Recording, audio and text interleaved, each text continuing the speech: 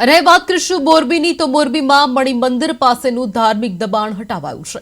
ગઈકાલે દબાણ દૂર કરતી વખતે સ્થાનિકોએ પથ્થરમારો કર્યો હતો અને તેને લઈને ગુનો પણ નોંધવામાં આવ્યો હતો। મોરબી, સુરેન્દ્રનગર, રાજકોટ તેમજ જામનગર જિલ્લામાંથી 700 પોલીસ જવાનોનો બંદોબસ્ત ખડકી દેવામાં આવ્યો છે। શહેરના વિવિધ વિસ્તારોમાં પોલીસ દ્વારા સતત પેટ્રોલિંગ કરાયું હતું। હાઈકોર્ટમાં કેસ એબેટ થયા બાદ કલેક્ટર અને 4 કહી શકાય કે R&B વિભાગ દ્વારા પોલીસ બંદોબસ્ત સાથે કાયદેસરની કાર્યવાહી કરાઈ હતી। આ સમગ્ર ઘટનામાં મંદિર પાસેની ગેરકાયદેસર દરગાહ પણ તોડી પડાઈ છે। આ દરગાહ તોડી પાડવા માટે અગાઉ કલેક્ટરને પણ રજૂઆત કરવામાં આવી હતી। આ દરગાહના ડિમોલેશન દરમિયાન આશરે 300 થી વધુ યુવકોના ટોળાએ કહી શકાય કે પોલીસ વાહન ઉપર પથ્થરમારો કર્યો। દબાણ તોડી પાડ્યા બાદ કાટમાળ તાત્કાલિક હટાવવા માટે 25 જેટલા ડમ્પર પણ તૈનાત કરાયા હતા।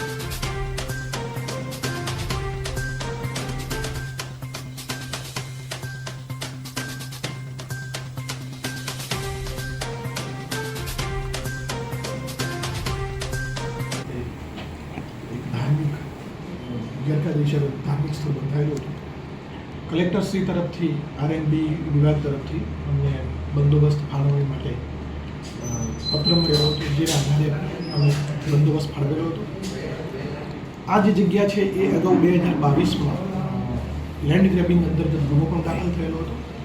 આરોપી લગભગ 11 થી 12 મહિના જેલમાં પણ રહેલા છે। એમના જોડે દેખીતી કોઈ પુરાવા માલિકીના પુરાવા નહોતા, જે અનુસંધાને કોર્ટમાં કેસ ચાલ્યો।